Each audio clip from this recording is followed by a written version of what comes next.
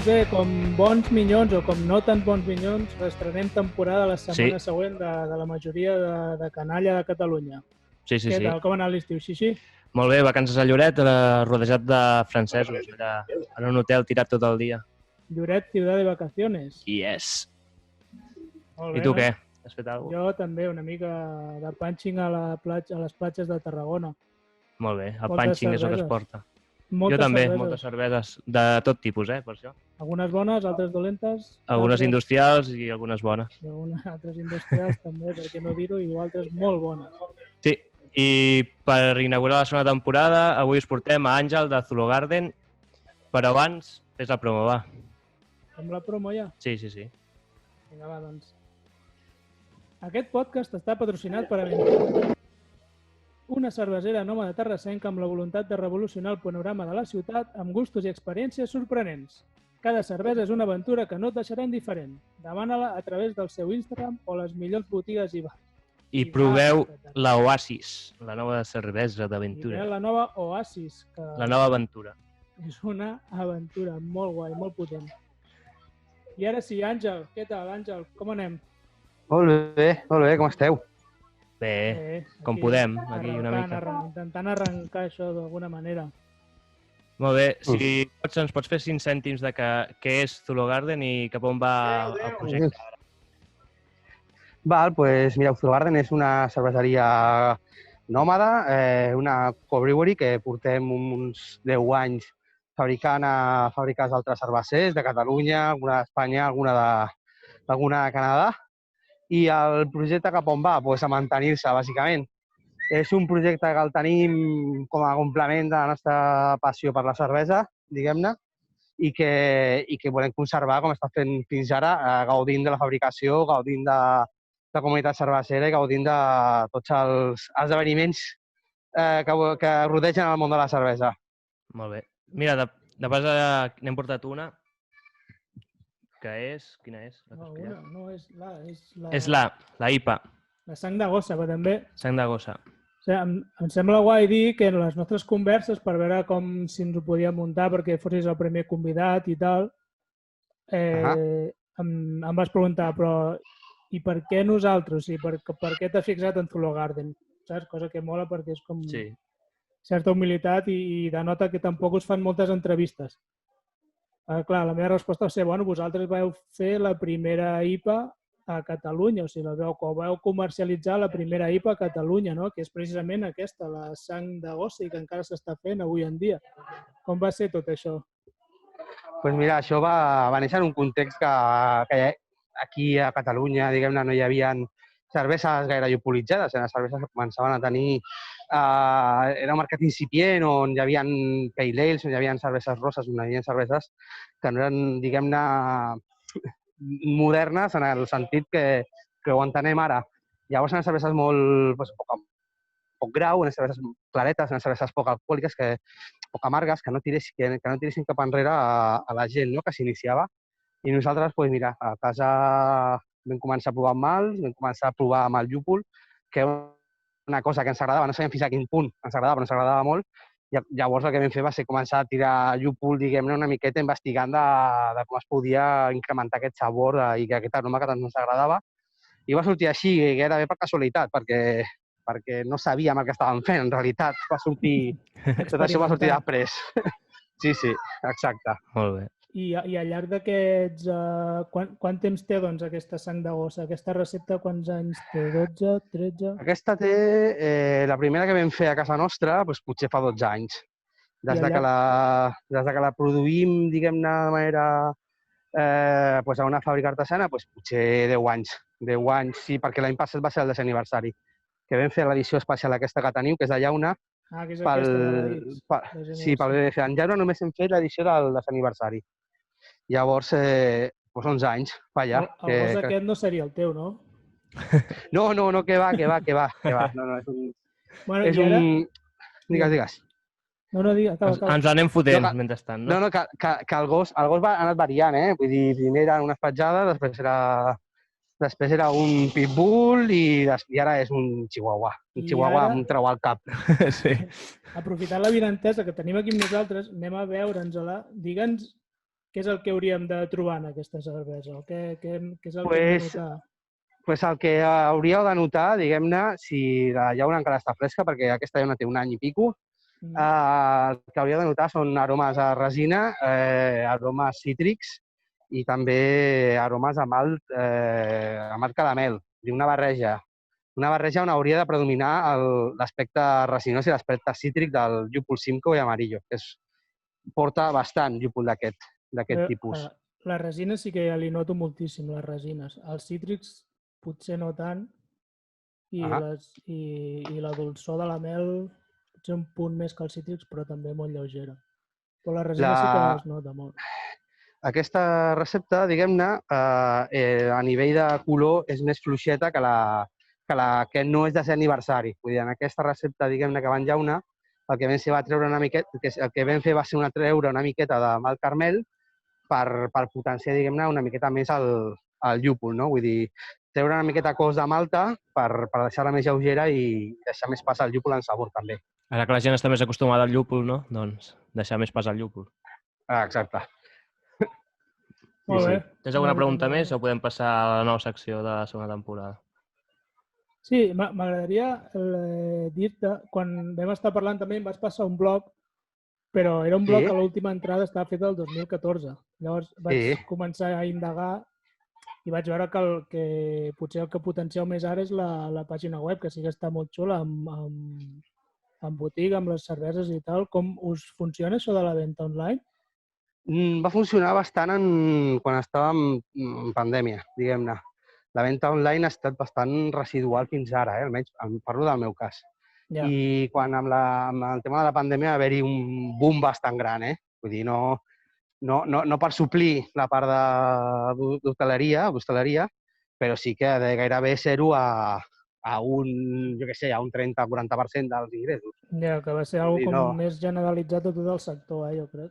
Sí, va haver un boom. Sí, però això després de la Covid ha tornat a la seva normalitat i ja va bé, Vull dir, ja va bé que la cervesa torni a vendre's a bars i a tendes. Sí. Ja va bé. Sí. I el que deies del blog, clar, el blog es va deixar de treballar el 2014 perquè van haver altres plataformes que van suplir el blog. Vull dir, ja va sortir Facebook, ja va sortir Instagram i tal. O sigui, el blog el vam fer servir des de 2000, no me'n recordo la primera entrada, però fàcil 2011-2012. I al final tampoc tens temps per tot, o sigui que has d'anar prioritzant. No, sí, al final aquells posts que fèiem d'una pàgina o dos, doncs ara la gent això no s'ho llegeix. Es llegeix un pàrraf, dos paràgrafs, es mira una imatge amb un missatge. La nota de la foto i ja està, això és el que llegeix. Sí. Sí, bàsicament. Llavors el tema del blog va quedar una miqueta obsolet, no? I per això vam passar el tema de Facebook, vam passar el tema de... El que va sortir és el que anem enganxant, diguem-ne. Bueno, doncs ara us toca TikTok. TikTok, aquí ja... Ves, ja no me veo. Bueno, però tampoc em veia Instagram, i mira. Sí, i són tots, ja. Millor no dir res, perquè si no... Sí. Doncs, si us sembla bé, passem al concurs que estrenem aquesta temporada, que... Sí, vinga, va. Que és un concurs on no hi ha guanyadors. Només hi ha un sol perdedor. Entre tots els convidats que passin al programa, qui menys preguntes contesti en un minut, al final del programa ens haurà d'enviar una caixa de cerveses. Què et sembla? Genial. No pots guanyar, només pots perdre. I nosaltres no podem perdre, només guanyarem. Només guanyem. Per això hem fet el concurs. No, per això hem fet el programa. El programa també. I t'explico, és molt fàcil. Són preguntes d'una opció o una altra. I res, quan el Carles comenci a cronometrar, començo amb la bateria de preguntes. Aviam quantes en respons. Molt bé. Un minut o un minut i mig? Minut i mig, va. Minut i mig, que si no, no dona temps. Sí? Vinga, preparat? Tu digues 3, 2, 1 i jo començo. 3, 2, 1, ja. Llauna o ampolla? Ampolla. Ale o lager? Ale. Bolldam o epidor? Bolldam. Llúpols o maltes? Llúpols. Borratxo conegut o alcohòlic anònim? Conegut.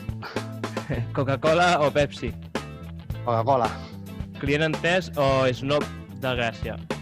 Entès. Xino o kebab? Kebab.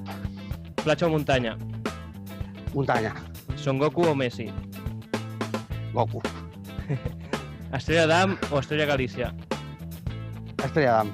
República o s'acaba l'entrevista? República, república. Bartomeu o Gaspar? Bartomeu. Sant Miguel o merda? Merda. Cruzcampo o coronavirus? Coronavirus. Pop o punk? Punk. Netflix o HBO? Netflix. Anunci d'Estrella d'Am o de Central Lechera Asturiana? Central Lechera Asturiana. Instagram o TikTok? Instagram. The Office o Cuéntame? The Office. Catalunya o puta Espanya? Slayer. Bonlam o Epidor? Vale. Ja està. Voldam. Molt bé. Has arribat a 22 preguntes. 22 preguntes. El nou rècord. El nou rècord a batre. Nou rècord de... Els convidats. Sí. Molt bé. Clar, està bé, no? I ara Està bé. passem Ole, a ole. la segona secció, que és les Preguntes dels oients que ens han enviat al WhatsApp que hem donat de totes les nostres xarxes Al socials. WhatsApp, la gent que ens envia preguntes amb notes de veu. Sí. Sí. Sí. Un A veure. ambient molt peculiar entre els nostres oients. Sí, aviam si funciona l'invent aquest de l'altaveu i ho escoltes bé, vale? Vale. Llenço la primera. Hola, sóc el Xavi de Sabadell i m'agradaria saber en quin moment del procés de producció li tireu l'alcohol a la cervesa. Sí, molt bé. Al final. Al final. Al final de tot. Al Vale, final, doncs- quan tenim tot barrejat i tot d'allò i hem Sí, mesclat la droga Quan has acabat de tirar les llaunes de cervesa, i hem tires ficat l'alcohol per si vols pujar a la graduació. i els fardos i tot això, llavors fiquem alcohol. Vale. El del tòxic, la de la farmàcia.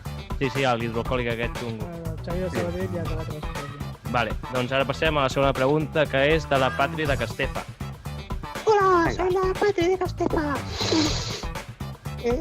¿Por qué us dediqueu a fer cervesa tan amarga si la majoria de la gent li agrada l'estrella? Hola, sóc la Peluixó. Què en penses d'això que diu la Vale. Patri? Per què feu cervesa tan amarga? Pues mira, li diré que quan fèiem més fires i tal, fèiem una cervesa que es deia la Rosa Punta, que suposo que és la cervesa que demana una miqueta a ella, Sí. que quan anàvem a fires més generalistes, que no tant tipus Mediona, no tant tipus la Fira de Poblenou, no tant fires d'aquest estil o BBC, doncs portàvem una cervesa per anar tirant, no? I es deia Rosa Tonta i no tenia gaire amargor, no tenia gaire alcohol, no tenia gaire gust, no tenia gaire aroma, i es venia moltíssim. Vull dir, Doncs i mira, a la fira de, què sé, tio, del bolet a no sé on, doncs es venia moltíssim, la veritat. A la fira de la Candelera de Molins, que és una fira generalista, es venia moltíssim. molt Així que, bueno, mira, tenim, però les són amargues perquè són les que... I si Tenim no t'agraden, predilecció. Patri, doncs no en beguis. clar, ja està, no passa res. I ara la Pepi69 de l'Eixample, aviam què diu. Hola, sóc la Pepi69 de l'Eixample i m'agradaria saber com fareu una cervesa que agradi als noies cookies com jo. Diguéssim, l'embrusco de les artesanes, per dir-ho. Hola, sóc No en tenim. L'embrusco de les artesanes, malament, anem malament. Bueno, Anem doncs malament, la no Pepi haurà de seguir bevent l'embrusco amb les seves amigues. No passa res. Vale. Ara el Mini de Terrassa, que ens fa una pregunta, crec que va més dirigida a nosaltres, a mi i al Carles. Hola, sóc el Mini de Terrassa. Com que només us escolto jo, per què no feu un programa que a mi m'agradi? Doncs què li diríem al Mini? Diria que quan aprengui a jugar a futbol ja faré el programa que li agradi. I sí, que és el meu jove petit i s'aguanta i ja està, perquè si no ens quedem sense oients. I que el reprodueixi. Encara sigui en silenci, que el reprodueixis. Que vagi reproduint, que si no... Sí. I l'última pregunta ja d'aquests fantàstics oients que tenim al programa, no en farem més perquè ja... És del... penúltima, del Manel de Sabadell. Vinga, Manel. Hola, sóc el Manel de Sabadell. M'acabo d'autodiagnosticar celiaquia, per tant, em queden pocs mesos de vida Ànims, Manel. i m'agradaria que els companys de Com a l'Abirramisme, ja que és el meu programa preferit sobre cerveses, em contestéssiu aquesta pregunta. Què en penseu de les cerveses que es fan amb fruita? Doncs, Manel, aquesta pregunta no te la contestarem perquè ens sembla una ximpleria de pregunta. Passem a l'Anna de Vilanova, que ens fa una pregunta molt interessant. Hola, soc l'Anna de Vilanova i m'agradaria saber què en penseu de les cerveses que es fan amb fruita. Molt bé, Anna. Aviam si a l'Àngel ens pots aportar una mica de llum. Les cerveses que es fan amb fruita, que costen una mica de que entrin bé. Bueno, jo sempre ho dic, sempre que em pregunta per la cervesa amb fruita, dic que una de les cerveseres preferides que tinc jo, que és Dieu du Ciel, que està a Montreal, i diguem-ne que són especialistes precisament en fer cerveses amb adjunts, no només amb fruites, vull dir, fer cervesa amb alguna cosa més. Canadenca és, de Montreal? Sí, és de Montreal, és de Quebec. I tenen mogollon de cerveses, que sean cacao, amb totes les espècies que podeu imaginar, i també té una sèrie amb fruita. Fan i passen fruita, fan sours amb fruita, fan negres amb fruita, o sigui, fan birres amb mogollon de fruites i ho fan molt bé. Ja sé que a vegades la dificultat, o sigui, tu no fas cervesa amb fruita pel fet de tirar una fruita dintre de la olla, vull dir, has de saber la quantitat, has de saber quan, has de saber quina fruita, marida amb què, i bueno, que ho fan o acidesa o tocs de fruita blanca o tocs de fruita... Bueno, és molt difícil i és una ciència. Llavors el tema és que la cervesa amb fruita quan està ben feta, al final és una cervesa ben feta. Totes les cerveses ben fetes són de gaudir. Sí, jo en favor de les de fruita i que he provat cada IPA de mango que els collons a terra. Sí, jo de moment els que he provat no. No m'ha acabat de fer el pes. Sí. Bé, ja no tenim més preguntes d'oients. No cal més, sí.